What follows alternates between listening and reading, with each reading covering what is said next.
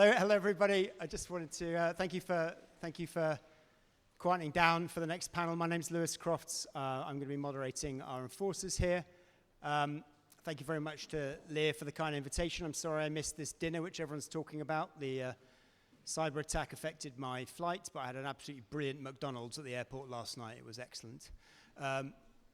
So today we've got 3 enforcers. We're going to be going through a lightning tour of a couple of subjects such as consumer markets, labor, digital, and so forth. If you've got questions, even during, please put your hand up, shout, and we'll see if we can integrate you into the conversation.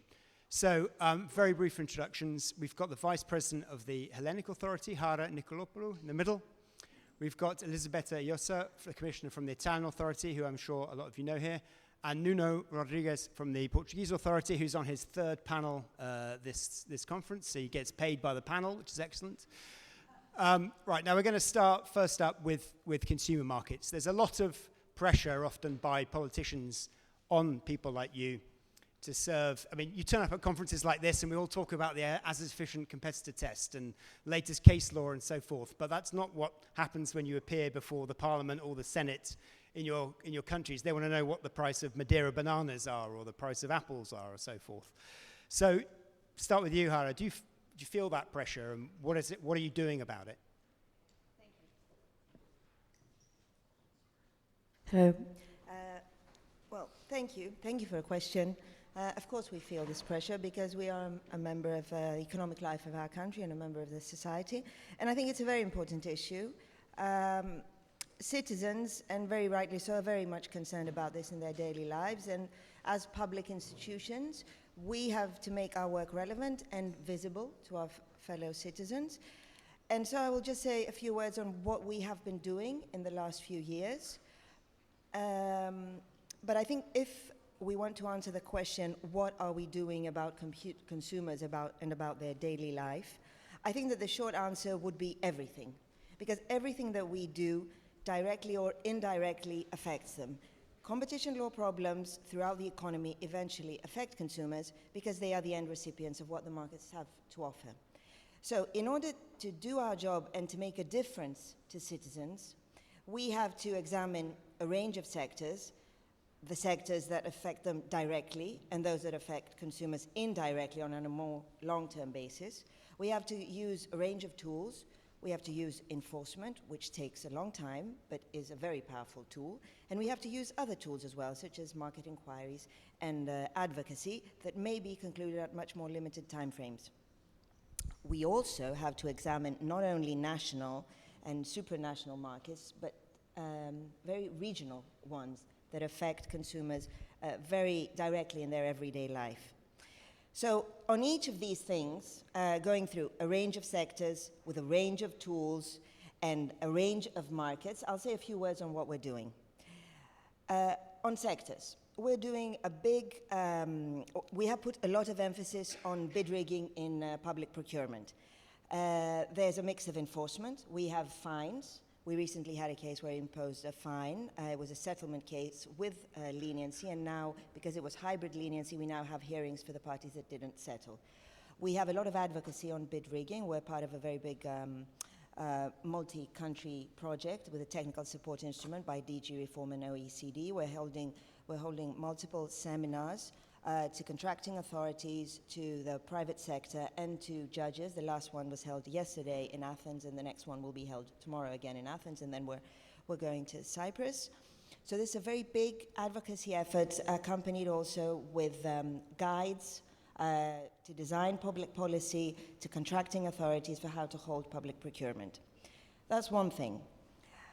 This is an example of the wider sector that we're looking at, because public procurement is 12% of Greek GDP. So it's a sector of large scale and significant financial impact, and it needs resilient and integrity-focused process to minimize the risk of mismanagement and of corruption. And contributing to make this sector actually work is a daily life issue, not directly, but absolutely indirectly. Now, I'll go to other sectors that may seem more close to the daily life of the consumer. These are supermarkets and food. In terms of enforcement, we had a fine on a supermarket buying alliance. They imposed geographical restrictions on their members to avoid opening nearby stores. On a food company in the cereals markets for vertical price fixing. In the school supplies case, again for resale price maintenance for things such as bags, pencil cases, and lunch boxes. This was price fixing across manufacturing, wholesale, and retail stages. In terms of enforcement, a fine on for resale price maintenance in electric home appliance. We've opened many new investigations in the last couple of years. Marine transport services, huge sector of the Greek economy. Here we went for the larger Greek market and looked into coastal shipping throughout Greece and the very popular tourist lines. But we also did a separate market investigation looking at a small line connecting the mainland Greece with the small island of Salamina. Now this is a very small route, but it has the largest ferry traffic in Greece. It ranks 7th among all the ports of the European Union. It's from Paloukia to Salamina. You've probably never heard of it. But according to Eurostat figures, about more than 7 million passengers and almost 4 million vehicles were transported through this route. So it's a low cost, it's serving commuters mostly. We did the big investigation for coastal shipping in Greece and the smaller regional investigation. Other dawn raids we've started in 2024 and 2025 include supply of coffee, chocolate, infant nutrition products. These are all with dawn raids. School excursions, organization of these excursions by their travel agents and their associate to increase the prices that the family has to pay for the student to go to the school trip. The provision of private tutoring. And in the digital case, the digital sector, I'll refer to one case. We did not go against major digital companies, at least not for now, but we have already an SO, and we'll be having a hearing later on this year on a price comparison platform, a Greek digital platform that has been operating in Greece and is probably the most popular price comparison platform in Greece. So this is what we've been doing in terms of enforcement. As I said, we need to use a range of tools. Market studies feature quite prominently in our activities, and a lot of these market studies have to do with consumer products, for example, dairy products, products such as milk and yogurt and cheese, but also we went further up the distribution chain. We looked at animal feeds and veterinary medicinal products. The first market of these inquiries has been completed. The second one will be completed later on this year. We use other tools such as a datathon. We invited students throughout Greece to look at the market for extra virgin olive oil, and what we wanted to look at was the price dependence, producer price dependence in Italy, Spain, Portugal, and Greece, and to have an analysis of producer to consumer price dependence and transmission, and we'll be publishing that later on this year. In terms of market studies, a lot more to say. I think I'll also choose the bank deposits inquiry. We observed that the European Central Bank gradually increased the deposit facility rates, and these increases were partially passed on to the deposit rates offered by the Greek banks, but the pass-through was limited and quite slow in comparison to other member states. This is a market inquiry that we are following the example and the experience of other national competition authorities such as Belgium and the Netherlands, who have done a similar thing and provided, I think, very useful recommendations to the government. And I will not expand in mergers, but in the subject of doing something for consumers and for their everyday life and something that is close to them, I think that it's worth mentioning that we prohibited a merger earlier this year, and this was a merger of two companies that provide educational services, vocational education and training. What they offer is they offer training for professions associated with the tourist sector, the tourism sector, the construction sector, the provision of care, aesthetic services. So 2-year courses, quite cheap. The two largest companies providing them wanted to merge.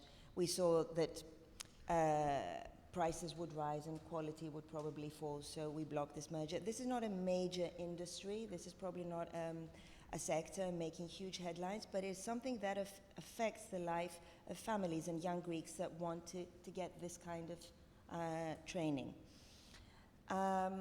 So what I've tried to set out is that there is definitely a problem. Cost of living is a problem, not a Greek problem only. And I think that what we need to do is investigate various sectors, use a lot of tools, look at regional markets, look at our national market. And in all this, we must not, I think, forget the importance of deterrence in all of our actions and the importance of being a relevant and accountable public institution for a society, and the importance of citizens having trust in these institutions, because this is, in turn, very important for their daily life. Thank you, Ara. The thing I like about consumer product cases is it gives you a caricature of a nation.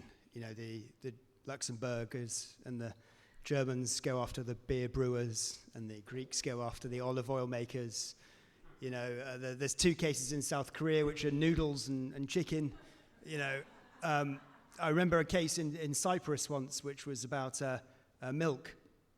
Not because the Cypriots eat a lot of milk, but in the summer the price goes up because all the British tourists come and want milk on their cornflakes as they get their nice pink tan. So, you know, it gives you sort of a little bit of an insight. But these are consumer end cases are quite tough. The consumer products, as Hara's just said, you know, you can actually make a contribution by going further up the chain into the sort of, you know, buying alliances and so forth. So, Elizabeth, perhaps you give us a little insight into how the Italians are going about consumer cases. Good morning, everybody. Good morning, everybody. Good afternoon.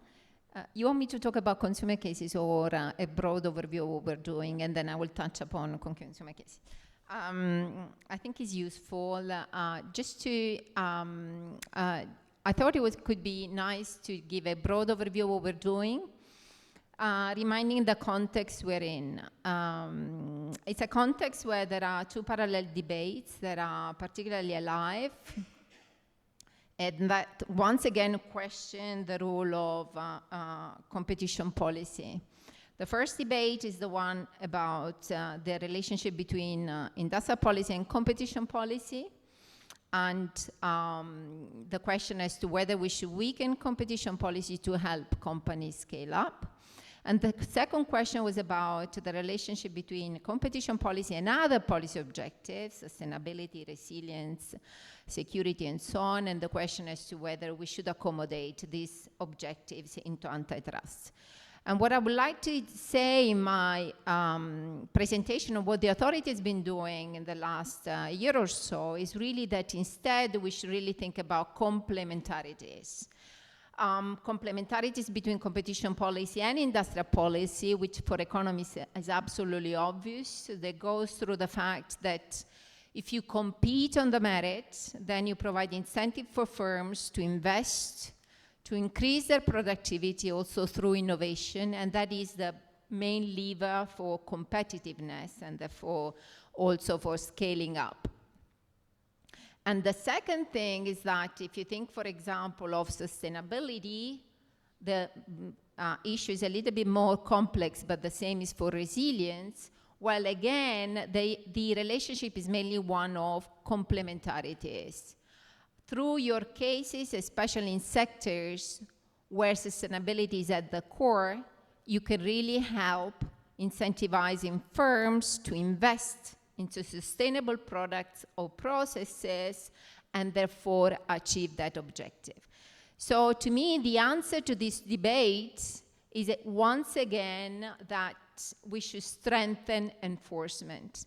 And at the Italian authority, we've been doing this both by strengthening our tools, sitting there in the board thinking all the time, what can we do in terms of tools, and in terms of directing our enforcement where is most needed, where the impact can be greatest.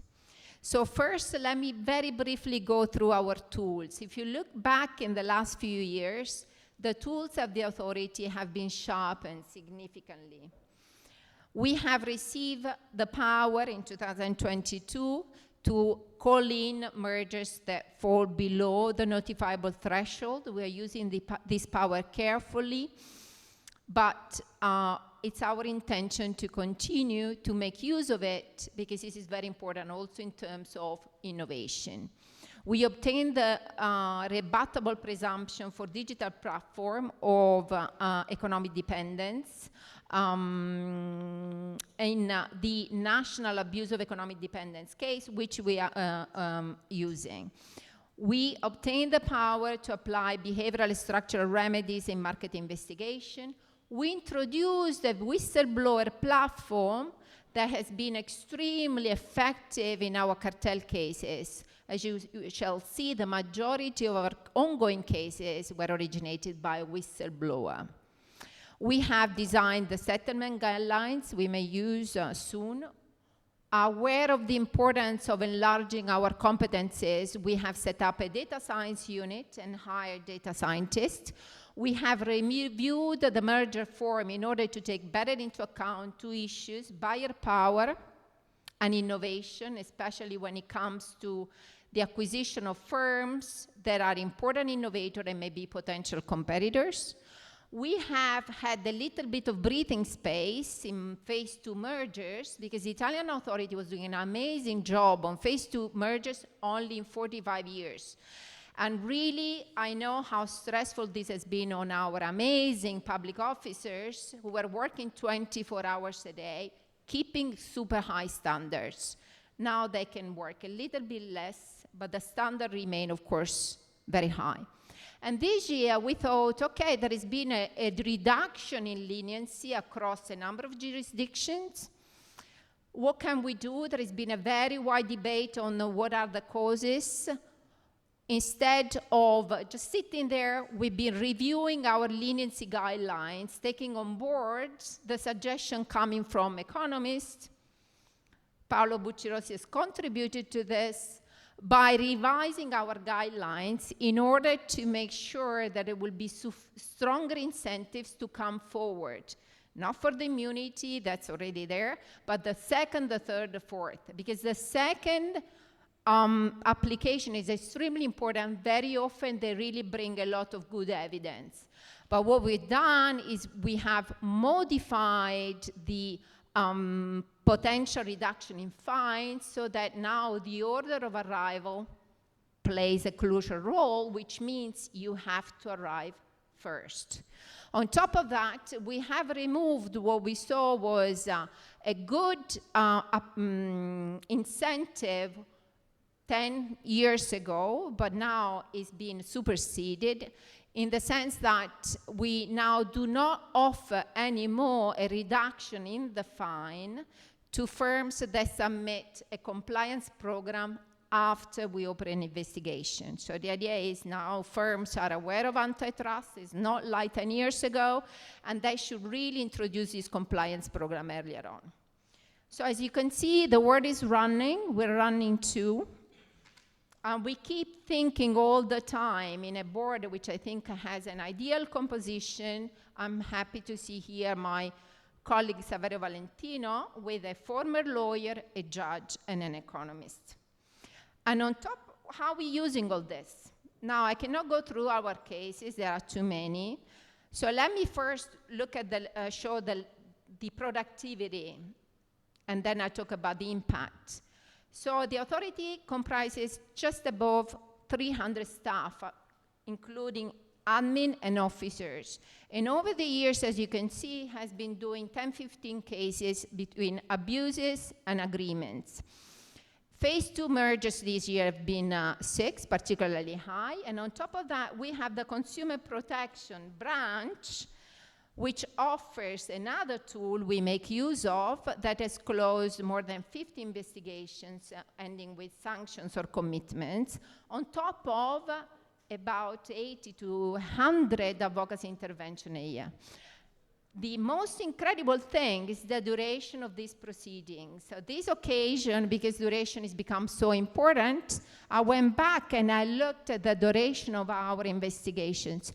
And you can see that infringement decisions take now an average of 450 days. And the duration has been going down over the years, but the complexity of cases, I can reassure you, has not. Of course, commitment cases take even less. Here you can see that at the moment is less than a year. So next to this amazing productivity, what about the impact? Let me go back to what I was telling before, the broad picture, the relationship between competition policy and industrial policy, and how competition policy can help to achieve also other objectives, for example, sustainability. I think this is very clear from our cases. These are really ongoing cases or cases just closed. So if you look at cartel cases, we have cases in raw material sectors. So these are inputs for firms in the economy. So in a matrix input-output, they are really at the center. It means that an increase in price due to a cartel has an impact throughout the economy. And of course, if you fight that cartel, you have a direct impact on productivity of firms throughout the economy. I notice also that 4 of these cases were open thanks to a whistleblower reporting through the whistleblower platform recently introduced. If you look at all the other cases, you find that also we are intervening on key sectors of the economy: high-speed train, professional services, tourism, maritime transport. So again, key sectors, input-output, the impact is indirect, but it's very important. And it tells you that if you want to contribute to competitiveness, you have to keep promoting competition. In terms of abuse cases, you can see the recent cases in a number of sectors. So digital has been and continues to be our priority, one of our priorities. With the tying case on Meta-E, we have closed a Meta-CI case using the National Power Abuse of Economic Dependence, and we currently have the Apple ATT case, which is exploitative and exclusionary. But we also have 3 cases, and I refer here to BioShopper and Elix and high-speed trains, that really have indirect effect on sustainability. They are in sectors which contribute to the sustainable economy, and the more you make these sectors work well, the more you facilitate, you incentivize firms to invest into better products, better services. On top of this, let me remind that the authority has a very long tradition of excessive pricing cases. We have closed 11 cases since the start.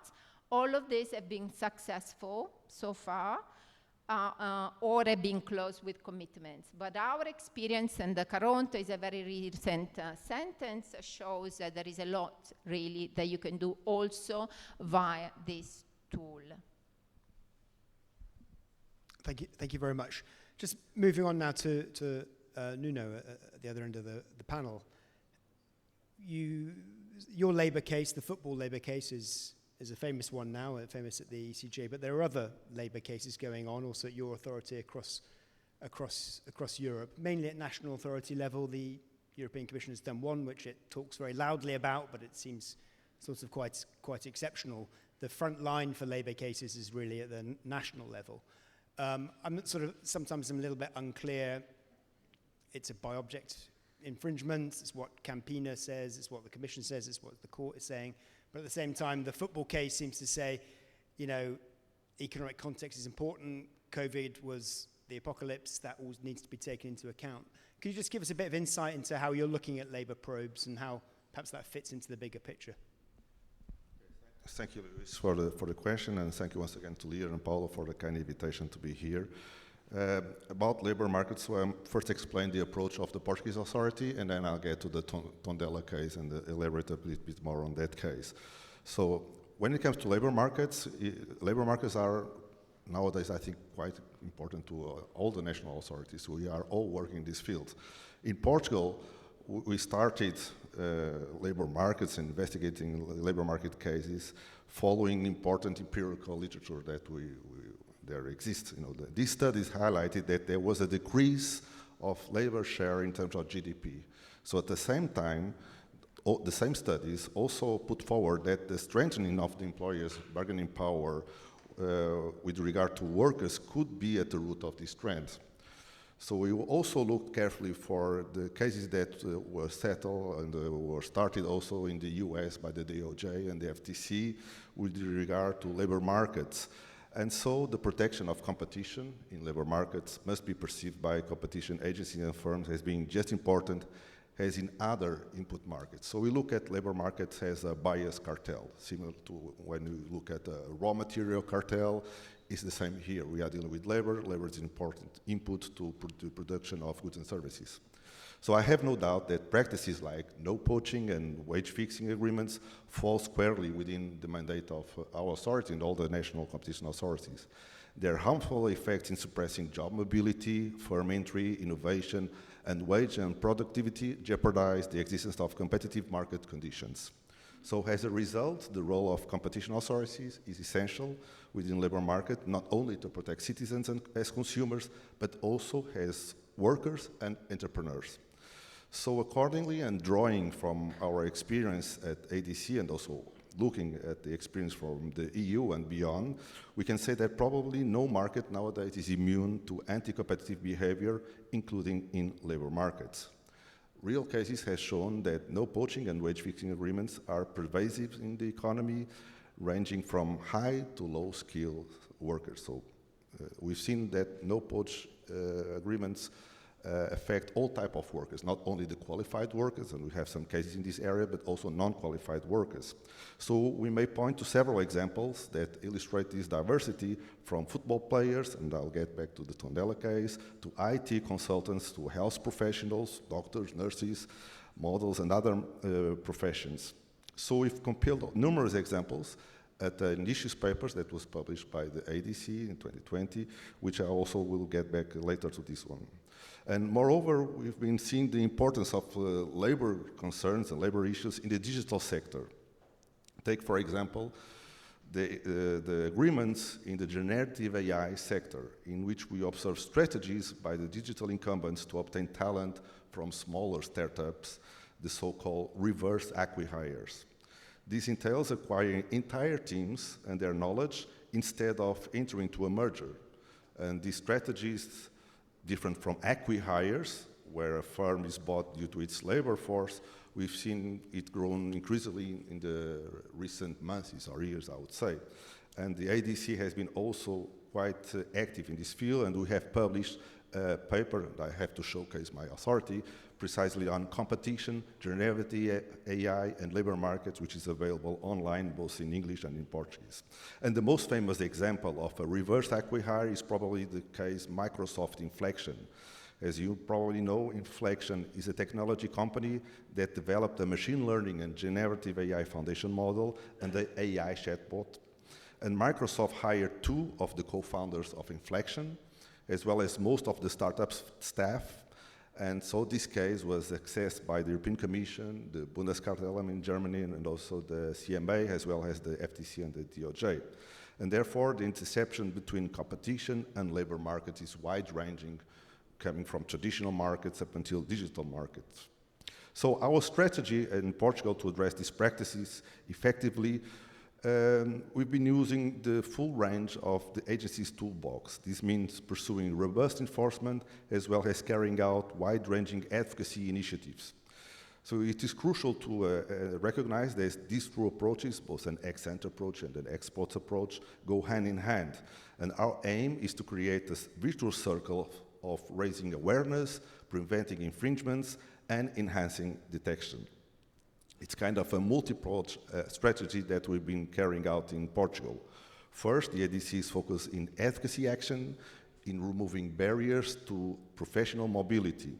So allow me here to recall the important joint study that we've done with the OECD regarding self-regulated professions, which has in fact led to important legislative reforms in Portugal that were carried out in 2023 by the Portuguese government and also the parliament. Also, when it comes to advocacy, we've published the well-known report about labor market agreements and competition policy and the best practices on preventing anti-competitive agreements in the labor markets. And these documents outline a set of principles and recommendations that firms should adopt while informing them about the risks of entering into anti-competitive agreements when hiring employees and setting wages and other conditions. In the same vein, we pursue a dynamic approach by establishing direct contact with relevant stakeholders through outreach initiatives across the country.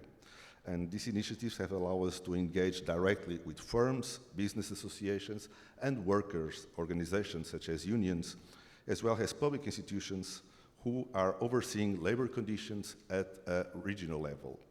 And these sessions allow relevant stakeholders to gain insights on competition rules and the risks of infringement. I do think it's important to take the competition authorities outside of our headquarters, and we'll be doing that in Portugal. And also these sessions that we've been doing throughout the country have helped us to understand the concerns, risks, and behaviors of regional business communities. Let me give you an example of this. It was precisely in one of our outreach sessions that we were made aware of the real impact on workers' lives caused by the decision of an association that was preventing workers' mobility. So we started a case based on these outreach initiatives. And one of our famous cases, now going back to the football case, which is now known as the Tondela case. I still don't know why it is called Tondela case. It could be called like FC Porto case or Benfica case, but it's not like Tondela case. Now everyone knows this small soccer club in Portugal, which is Tondela. It's not by alphabetic order, you know. I had several explanations, but now it's the Tondela. Everyone knows more probably what is the Tondela than they know Benfica, Sporting, or Porto. So a preliminary ruling now is pending in the Court of Justice. In this case, which became famous. I will elaborate a little bit more on that.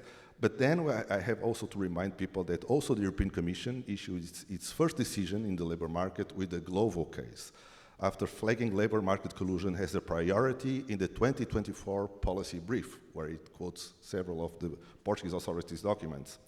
And here, as the Commission restated in Glovo, it says that no poach agreements are restrictions by object and akin to a bias cartel. So the approach that we've done in Portugal, like I said at the beginning, that also the Commission considers it to be a bias cartel, and clearly it's a restriction by object.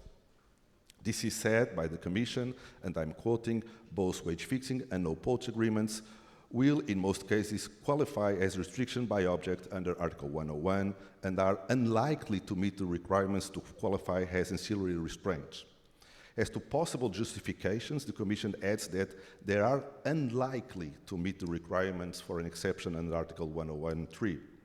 And so, as I mentioned before, the ADC first sanctioned decision in the labor market is pending on the Court of Justice.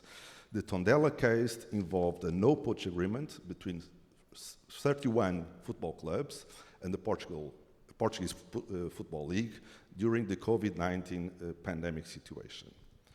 So I know, and I'm happy that yesterday both Makis and Richard Rich quoted the Portuguese authority and me about this case, but I spoke with them and I'm authorized by them to say that for them, a no-poach agreement is clearly a restriction by object, period. Okay, going to the Portuguese case, we can discuss the details, but irrespective of the details of the case, the General Advocate Emilu has clearly confirmed in his opinion that no poach agreements should be considered prima facie restrictive of competition by object, at least when entering between actual or potential competitors and unless they are ancillary to a legitimate transaction which is itself non-competitive, anti-competitive, sorry, it's paragraph 49 that I'm quoting.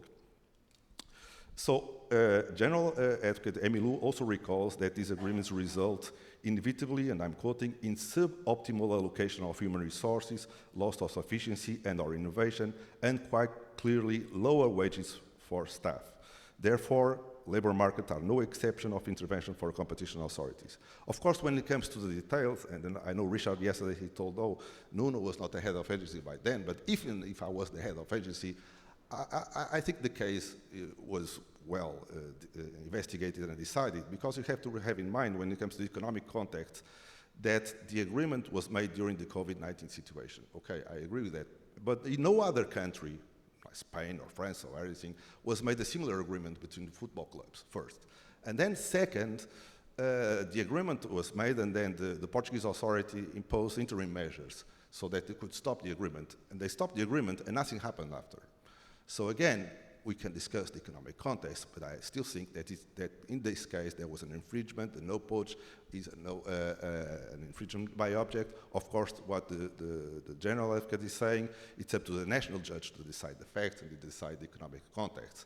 Let's see what will be the decision taken by the Court of Justice. I do think they will follow what General Advocate Emilio has said, but again, he has said clearly that in general terms, a no-poach agreement is a restriction by objects, and that's clear for the national authorities, and that's how we see those markets, and that's how we have been working. And I'll stop here, Leo. Thank you. I like sports cases because they give another caricature of member states, what's important to them, Portugal and football. The Belgians have got a case into cycling at the moment. Yeah, big for Belgium. Lithuania, basketball. So I'm looking forward to the UK's case against darts and billiards and snooker. Massive sport in the UK.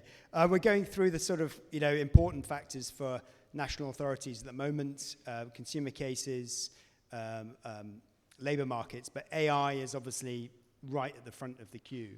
The European Commission is kind of flirting with it somewhat by looking at the DMA and working out if the DMA can be amended to take on some of this. The Italians are right at the front of it with a live case, which obviously you can't talk that much about, but you're looking at AI in the rollouts by Meta in WhatsApp, of that little blue disc that no one can get rid of. Can you just tell us a little bit, or tell us what you can about that case, about why you think it's a 102 case, or might be?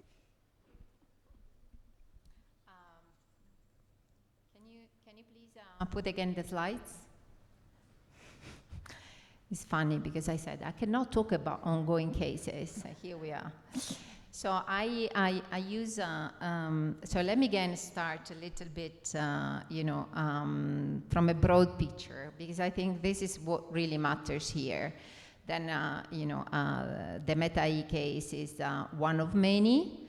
So this is a picture that I keep updating and I keep presenting, but because I think especially to an audience of economists and lawyers, it's particularly interesting because it has everything about digital / now e-sector, and the fact that you really need to use a number of tools, and the fact, which is the point of this slide, is that you have to try to understand the business model. The business model of the companies tell you what incentives this company have. And if there is an incentive to engage in exclusionary conduct, in an exploitative conduct, or to sort of provide misleading information to consumers, sooner or later, it will be there. So you know that the authority has this dual competence of consumer protection and of antitrust. Now, this has been for us extremely important since the start. And we have looked at the digital sector from both perspectives over the years. It was very useful to do a market investigation in 2019, the first joint market investigation with the privacy regulator and the digital regulator. We understood at that time that there were overlapping issues and that we needed to work together. And that has helped us to understand really the central role of data we all now understand. And that central role of data tells you something. It tells you that large platforms, large digital players have a very strong incentives to get the data. The data is their new oil. Not so new anymore, is the oil.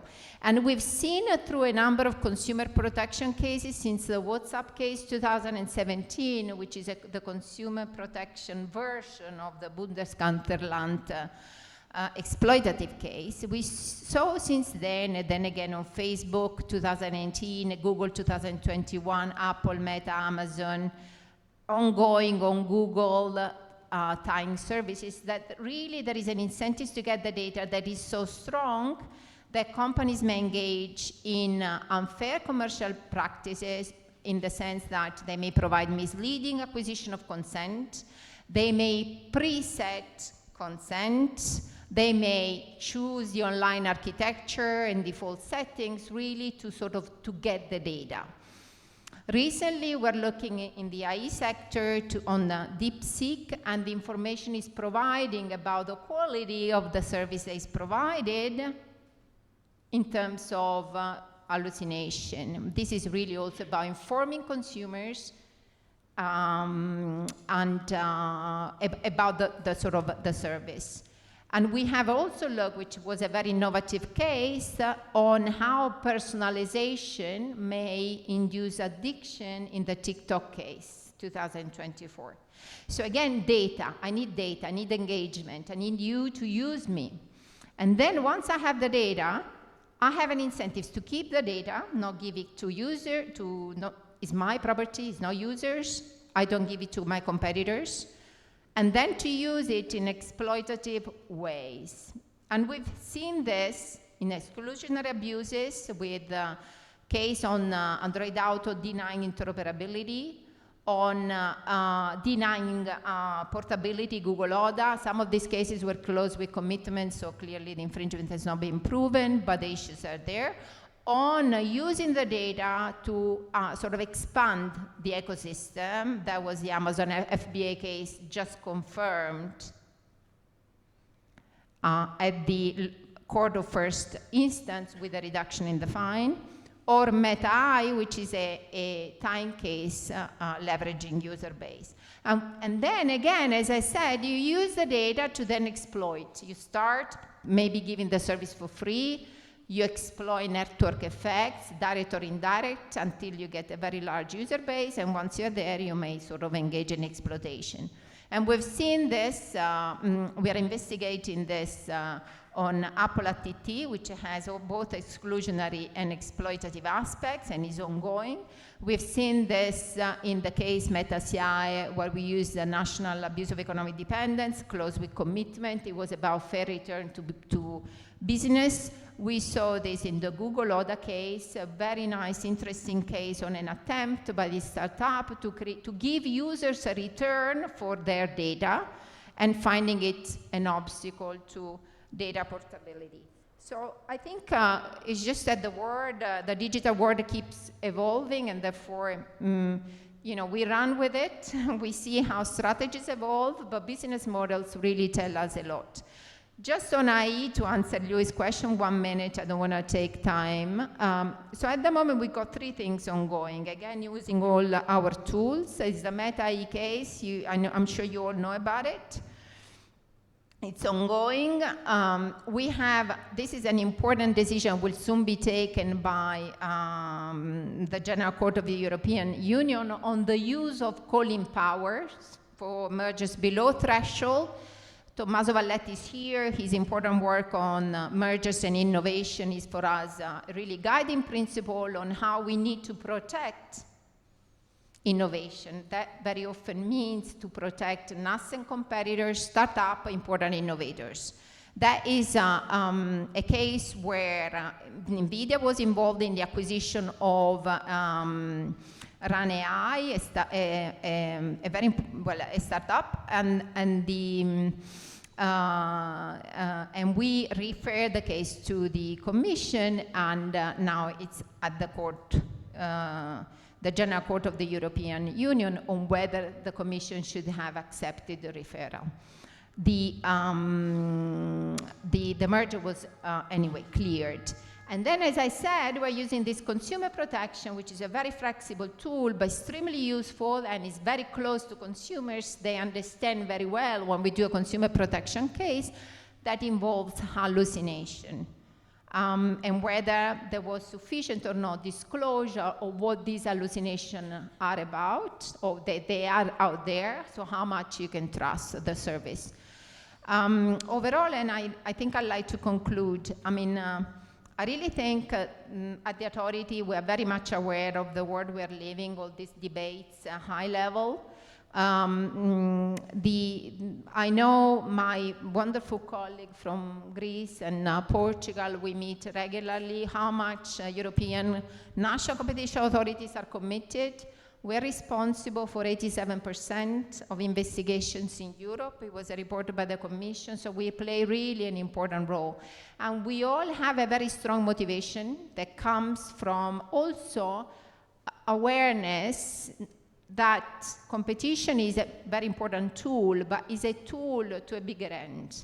And the bigger end is the one defined in Article 3 of the treaty, which is about an open social market economy that ensures a balanced growth. And I think this is extremely important to remember at a time where geopolitical tensions are affecting competition or try to affect competition. I think it was very good what Teresa Ribera said about the fact that we protect our sovereignty and our values by enforcing competition. I got slightly worried there. You said Article 3 of the treaty and looked at me as if I was going to quote it, and I have no idea what's in Article 3 of the treaty. It wasn't in the script. Just we're running out of time. Taking digital and just moving it to another part of Hara, to come to you. Another part of your work is old school cartel enforcement, bid rigging. It's not so old school anymore because of the nature of digital evidence. Do you think you got the tools? Do you think you're managing to seize that evidence and get what you need, or do you need more, or is it more of a challenge than it's ever been? Yes, well, that's a very good question. Absolutely, it gets more and more challenging because the digital world is evolving, and as it does, so do authorities trying to make sure that everything is working well in this digital world. And I think that it's always an uneven battle because public sector will naturally be understaffed and underfunded compared to the private sector that is driving this evolution, which is a good thing to drive this evolution, but we strive to keep up, and it's not always easy. So we have a data science team which has helped us immensely in evaluating and assessing the evidence, because assessing millions of documents is the main challenge, I think, and picking out of the millions of documents that we may get from a dawn raid, the ones that are necessary to establish an infringement or a non-infringement. So one thing is assessing the evidence. The second big challenge, it does not directly have to do with the digital age. I think it's an ongoing issue. It's the very, very high standard of proof and the burden of proof for proving such an infringement. We, of course, have to respect the rights of defense, procedural rights, but this may take a lot of time. And the investment in people and in resources to complete an investigation and to get to a decision is increasing more and more. We find settlements very, very useful in this direction. In Greece, when a company enters into a settlement procedure, criminal liabilities are waived, and if it concerns bid rigging, it's considered a self-clearance measure, so they can continue to participate in public procurement. So this is a very, very strong incentive for companies to come into the settlement procedure. And this helps speeding up procedure and concluding an investigation and going to the next one. So I think that we have the tools, we have good tools, we have to keep on working on them. Hiring data scientists, they are very well sought after, and we offer a public sector salary. So it's not always easy to attract talent and to attract the new data scientists that are very eager to serve the public interest, but also want to have a job that gives them a good quality of life, and that's absolutely understandable. So data collection, assessment of the data, having the funding to have a good data science team, good data scientists. It's actually very challenging also to incorporate, interdisciplinarity between lawyers and economists is a given. It's to a large extent a given when it comes to data scientists, but we're still working on it. And I think that's another challenge, to actually integrate data scientists as we have integrated the work of lawyers and economists.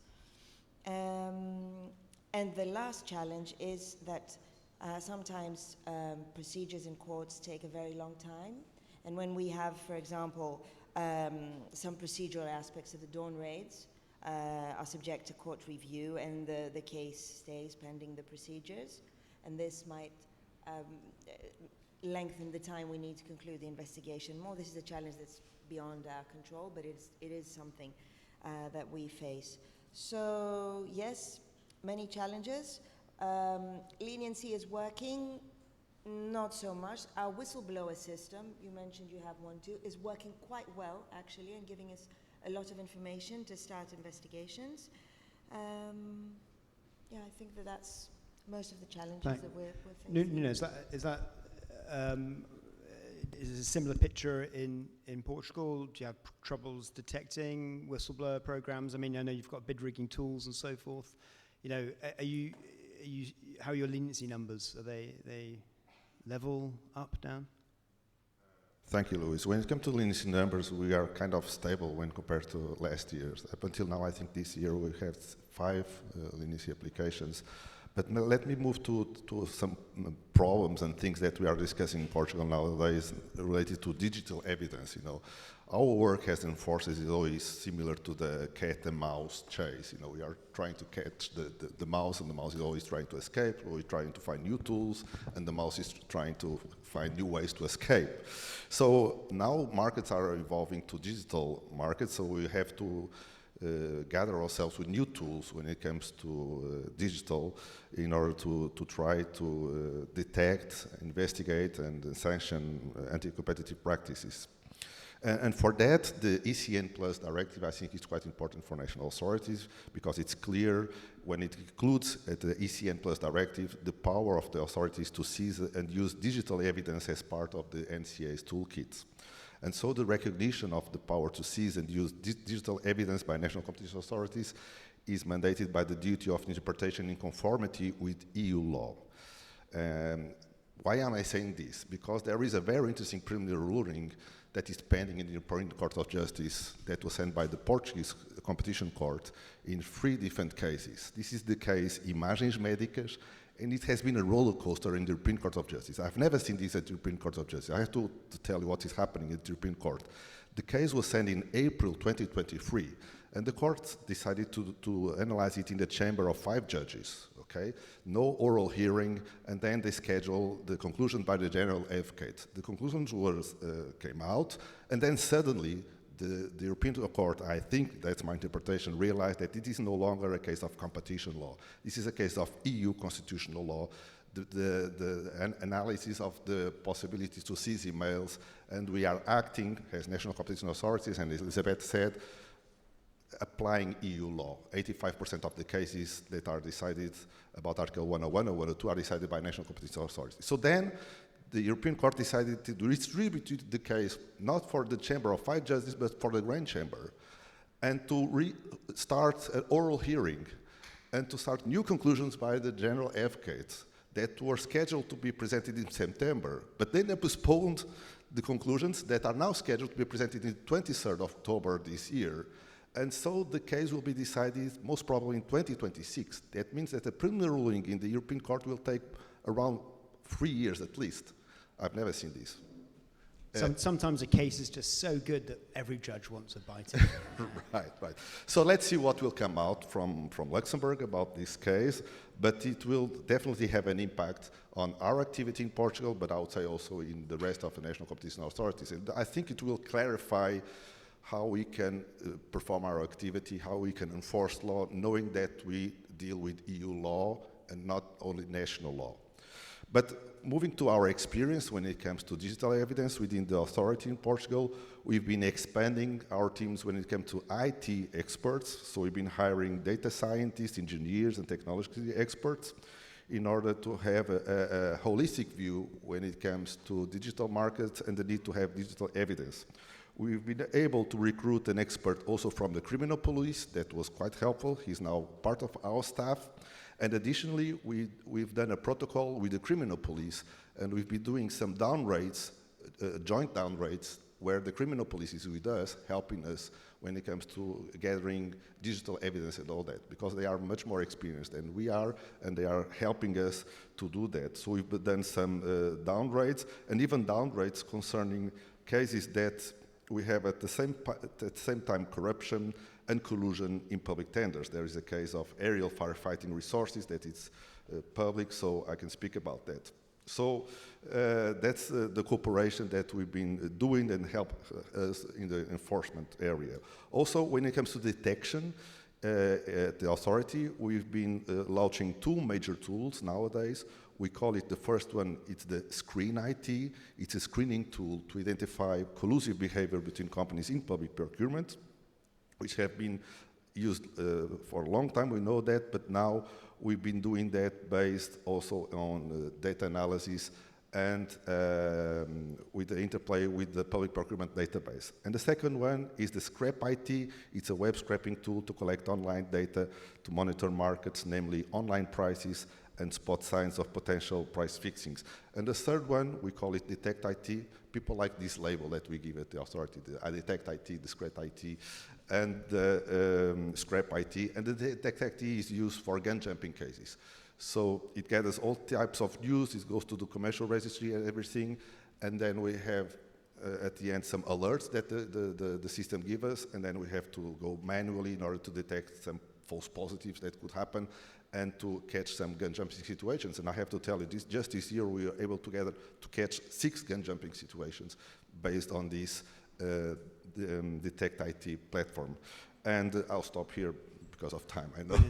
Thank you very much, Nuno. Okay, our time is pretty much up because we've got the break and then the final panel. If there's anyone who's got a question, now's your time. It's got to be a really good one. Yeah, go for it. I'll just project as loud as I can. Proceed back to the GCR. Please use the mic. Yes. One moment.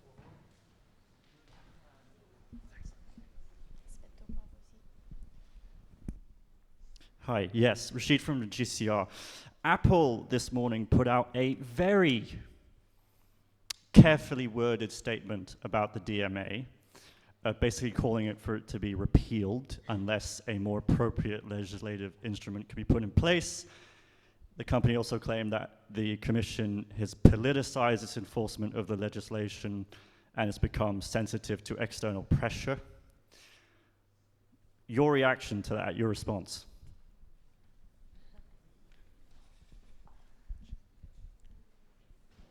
So, yeah, the question is, does anyone have a response to a call to withdraw the DMA by the world's largest company? Nuno, it's all yours.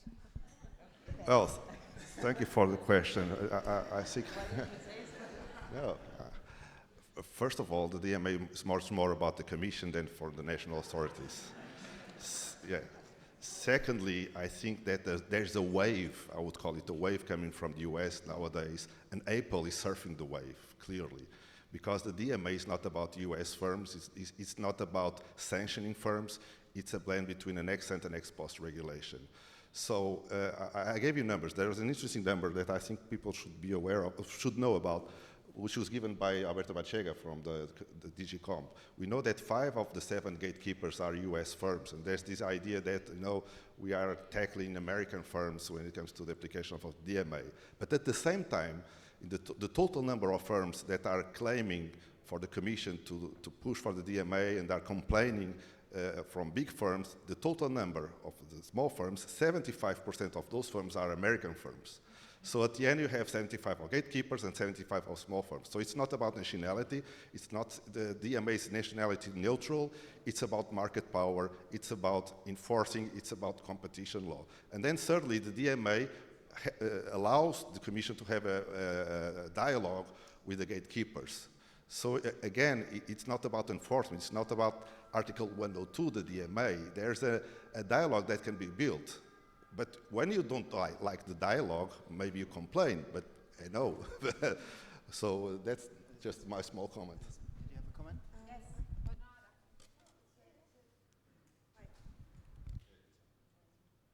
Yes. So just in addition to what Nuno has been saying, so the question is whether a private company can come out and say that a certain law that has been produced by a parliamentary and democratic procedure should be repealed, and what our comment should be on this. Well, everyone is entitled to an opinion, but laws come out of parliamentary and democratic procedures.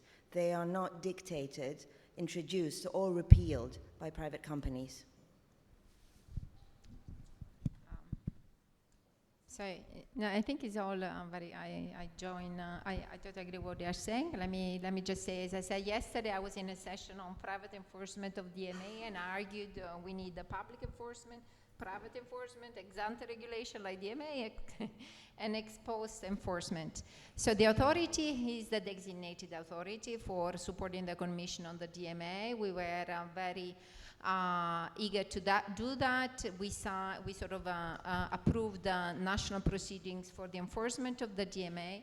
So it's clearly where we stand. The DMA, we know, has a number of per se provisions that come from antitrust case and help to sort of ensure, ideally, that some behavior is off the equilibrium path. At the moment, we see non-compliance, so this has not happened yet, which says that we need more enforcement. I'm totally in favor of multiple tools. It's simple economics, I tell you, that you need to combine ex-ante tools with ex-post tools. The first are very important to get timely effects, to sort of give kind of legal certainty. The second ones, the ex-post ones, are very important in terms of giving you flexibility to sort of act with new cases as business strategies evolve.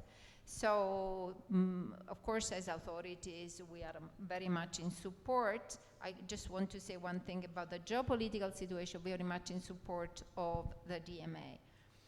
It's the same as what is happening in a sense with industrial policy, so that when there is a very good academic debate, sometimes there are opportunistic arguments, like, for example, arguing that we need to weaken merger policy to favor innovation, or whether we need to weaken enforcement to favor competitiveness. It really goes the other way around.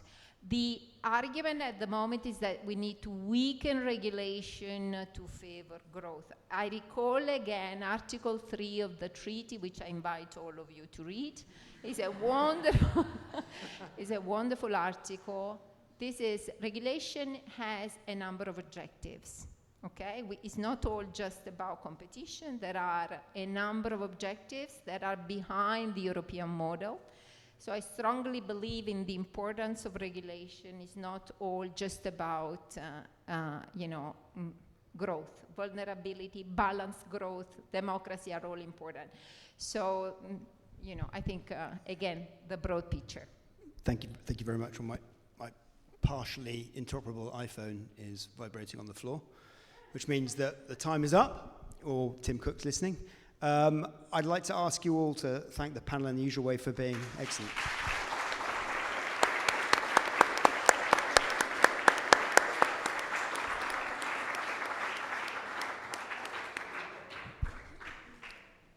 Back here at 1:30 or 1:30. Thank you.